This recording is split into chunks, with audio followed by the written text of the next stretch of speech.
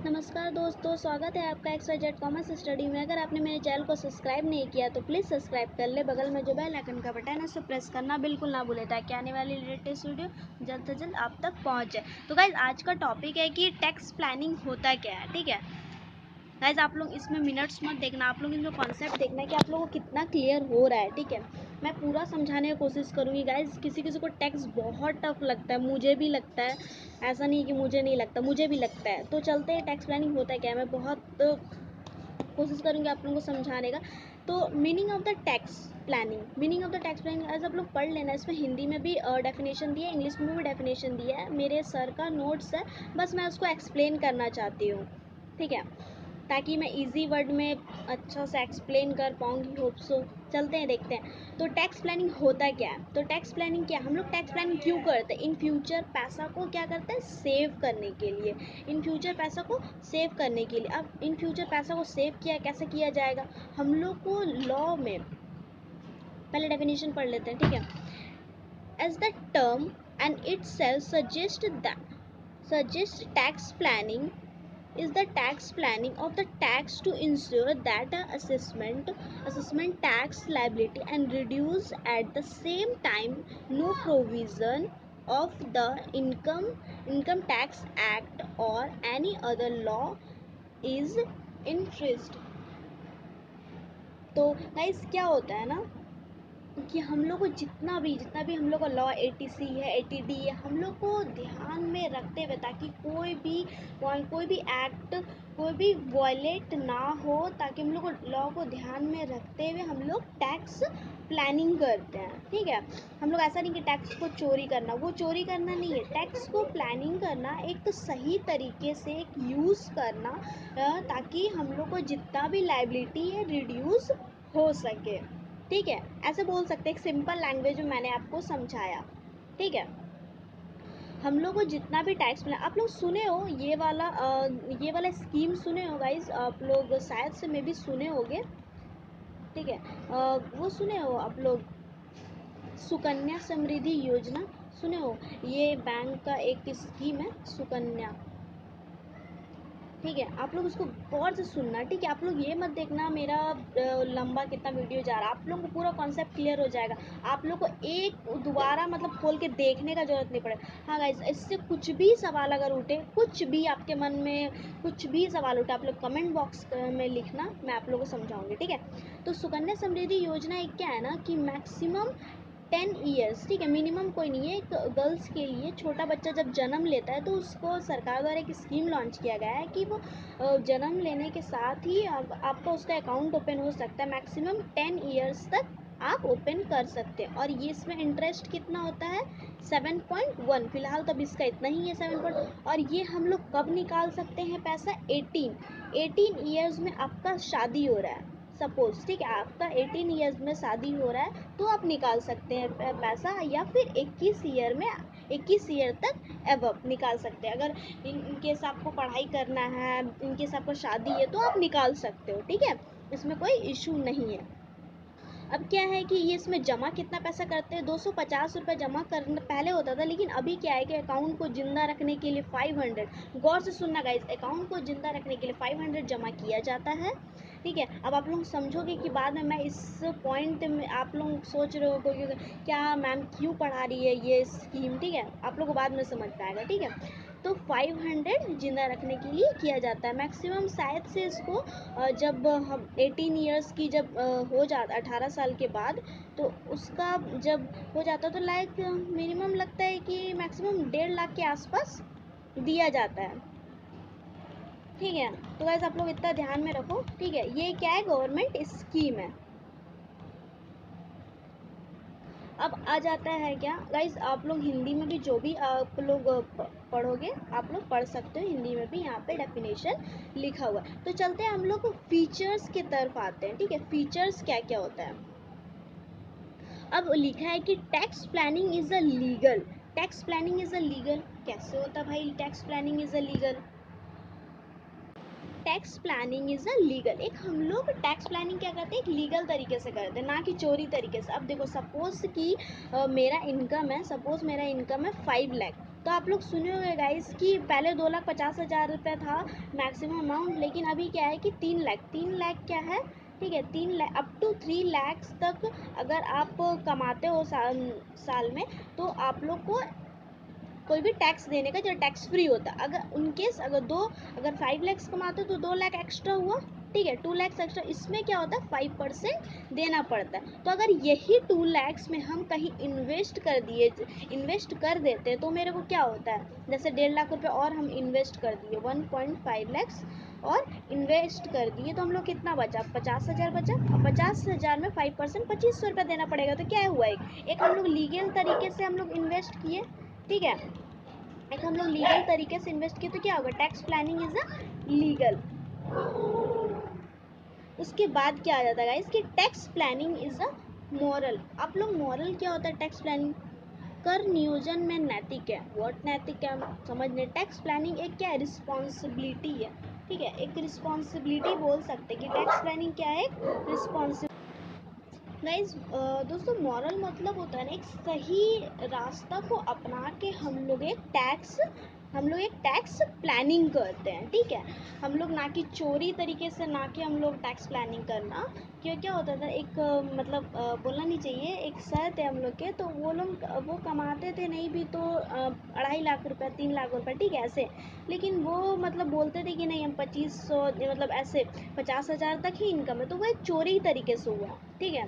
तो उसमें फिर बाद में इनकम टैक्स फाइल होता है, TDS पता नहीं कटता है कि नहीं। तो इस वजह से हम लोग को क्या करना चाहिए, tax planning is a moral. बताया जाता है कि हम लोग को दोस्तों एक सही तरीके से, ठीक है, एक सही तरीके से टैक्स प्लानिंग करना चाहिए। नेक्स्ट पॉइंट आ जाता है कि tax planning is the reduction in tax liability. अब कैसे होता है reduction, tax planning is the reduction in the tax liability. हम लोग अब बताए ना कि देखो सुकन्या समृद्धि योजना में हम लोग 5 लाख था, सब मेरा 5 लाख रुपये इनकम था, मैंने 3 लाख रुपये तक तो ऐसे ही एग्जाम्प्ट होता है, ठीक है। 2 लाख रुपये बचा, उसमें हम लोग क्या करते हैं, 1.5 लाख रुपये हम लोग क्या करते हैं, इन्वेस्ट किसी और में कर देते, या फिर फिक्स डिपॉजिट पे जितना भी गवर्नमेंट स्कीम है हम लोग उसमें कर देते। तो कहाँ पे हम लोग को, कहाँ पहले सपोज अगर हम लोग इन्वेस्टमेंट नहीं करते तो पहले हम लोग को 2 लाख में 5% देना पड़ता है। तो हम लोग कितना, पहले मेरे को देना पड़ता था 10,000 रुपये इंटरेस्ट, अभी हम 1.5 लाख रुपये। और से सुनना गाइस, 5 लाख रुपये मेरा इनकम है, ठीक है।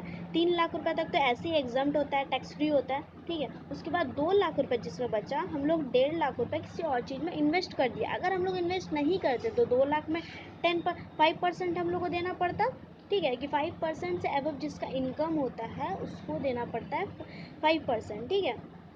तो क्या होता है कि देखिए, अगर पहले हम लोग को 10,000 देना पड़ा था, अभी वही हम लोग को अगर हम 1.5 लाख रुपये इन्वेस्ट कर दिए, 50,000 रुपये बचता, तो 50,000 में हम लोग को टैक्स देना पड़ता, तो कहाँ हम लोग को 2,500 रुपये देना पड़ रहा है, ठीक है। कहाँ हम लोग पहले दे रहे थे 10,000, ठीक है, और अभी दे रहे हैं 2,500 रुपये, तो हम लोग को टैक्स लायबिलिटी रिड्यूस हुआ ना। आप लोग खुद से सोचो, टैक्स लायबिलिटी रिड्यूस हुआ। तो यही होता है, tax planning is the reduces tax liability. अब tax planning is the continuous process, ये तो होता ही है कि टैक्स प्लानिंग जितना भी बड़े बड़े ऑर्गेनाइजेशन होते हैं, ये लोग में क्या होता है कि टैक्स प्लानिंग क्या होता है, कंटिन्यूअस करना चाहिए। उसके बाद है कि tax planning bring increase in income. इसमें कंफ्यूज हो गया आप लोग कि टैक्स प्लानिंग करेंगे तो इंक्रीज कैसे होगा इनकम मेरा, कैसे होगा इंक्रीज, कैसे कर सकते हैं हम लोग इसमें इंक्रीज। आप लोग भी सोच रहे हो, हम भी इस पॉइंट में फंसे थे। तो टैक्स प्लानिंग इंक्रीज इनकम क्या होता है दोस्तों, कि देखो हम लोग अभी सेम सुकन्या समृद्धि योजना हम लोग सपोज, ठीक है, 5 लाख ही मेरा इनकम है, 3 लाख रुपये तक तो एग्जाम्प्ट होता है। तो हम लोग क्या किए, सुकन्या समृद्धि योजना में हम लोग इन्वेस्ट किए। हम लोग गवर्नमेंट पॉलिसीज़ में इन्वेस्ट क्यों करते हैं, कि ताकि मेरा फ्यूचर में कुछ पैसा मिले, सेव हो, तो मेरा क्या होगा, कुछ परसेंट के हिसाब से हम लोग को इंटरेस्ट मिलता है। हम लोग इन्वेस्ट 250 रुपये ही सपोज हम लोग कर रहे हैं, तो मेरे को मिल कितना रहा है, 1.5 लाख रुपये, ठीक है। इन्वेस्ट कर रहे हैं जो थोड़ा मोड़ा इन्वेस्ट, तो क्या होता है, उससे हम लोग को बाद में इंटरेस्ट मिलता है इन फ्यूचर। तो मेरा क्या हो रहा है, हम लोग एक टैक्स प्लानिंग कर रहे हैं, टैक्स प्लानिंग करते हुए हम लोग इन्वेस्ट कर रहे हैं गवर्नमेंट पॉलिसीज़ में, उसके बाद हम लोग को इंटरेस्ट मिल रहा है बाद में, तो क्या हुआ, इंक्रीज इन इनकम ही हुआ ना, इंक्रीज इन इनकम हुआ। आप लोग गौर से समझो गाइस कि हम लोग पैसा पैसा हम लोग कभी भी, ये हम भी पॉइंट में फंसे थे, ठीक है, हमको समझ ही नहीं आता कि इंक्रीज़ इन इनकम कैसे हुआ। तो मुझे कुछ दोस्तों से कंफर्मेशन करना पड़ा कि ये इंक्रीज़ इन इनकम थोड़ा सा कंफ्यूज कर रहा है। तो वो गाइज ऐसा ही होता है, ठीक है। तो आप लोग होप सो समझ गए होंगे, और नहीं समझ में आप लोग कमेंट बॉक्स में कमेंट करना, मैं समझा दूंगी आप लोग को।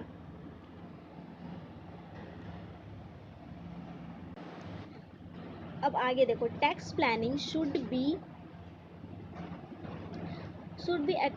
Accordance with the government policies. क्या होता है टैक्स प्लानिंग, हम लोग जितना भी करते हैं हम लोग सब गवर्नमेंट पॉलिसीज़ में करते हैं, ठीक है। और ये जो 7th पॉइंट है इसका तो मुझे कोई रिलेशन नहीं लगा दोस्तों कि tax planning is a scientific क्या होता है। अगर आप लोग इस पॉइंट में कुछ भी समझ में आए या फिर कुछ भी क्लियर हो इस पॉइंट में, तो आप लोग प्लीज़ कमेंट बॉक्स में मुझे समझाना, ताकि मैं समझ पाऊँ कि tax planning is the scientific क्या कनेक्शन है। मुझे तो इस पॉइंट में क्लियर नहीं हुआ उतना, पर आप लोग समझाना, ठीक है। तो चलते हैं नेक्स्ट पॉइंट में। Tax planning is the includes planning income expenditure and investment. सही बात है।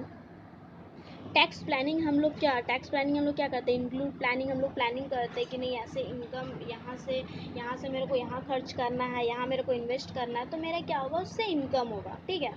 तो हम लोग इतना इतना गवर्नमेंट पॉलिसीज़ में इतना इन्वेस्ट करेंगे, इतना एक्सपेंडिचर करेंगे, यहाँ पे इनकम, तो हम लोग का एक टैक्स प्लानिंग होगा।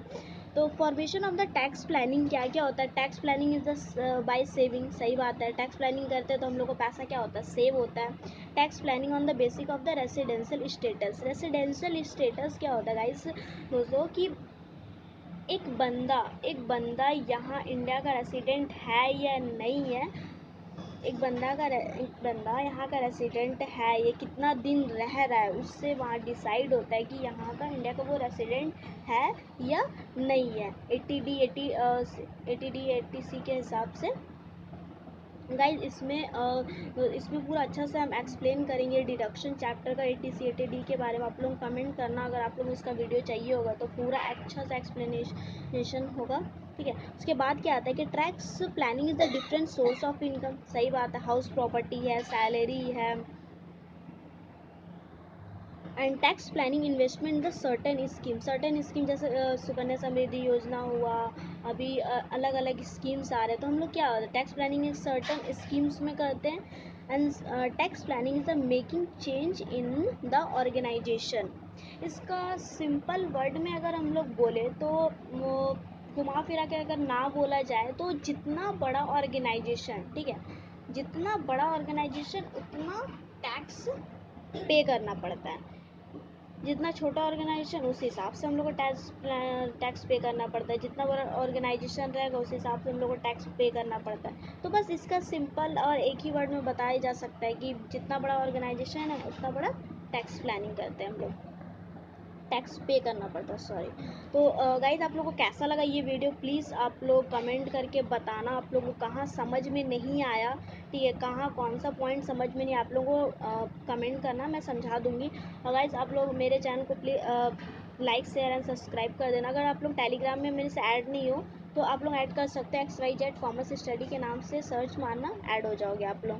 वहाँ पे जितना भी अगर आप लोगों को किसी चीज़ का नोट्स चाहिए होगा या फिर हिंदी इंग्लिश कुछ भी रिलेटेड, ऐसा नहीं कि सेमेस्टर 4 का एमकॉम सेमेस्टर 4 का चाहिए या फिर किसी चीज़ का भी, तो आप लोग कमेंट बॉक्स में लिखना, आ जाएगा।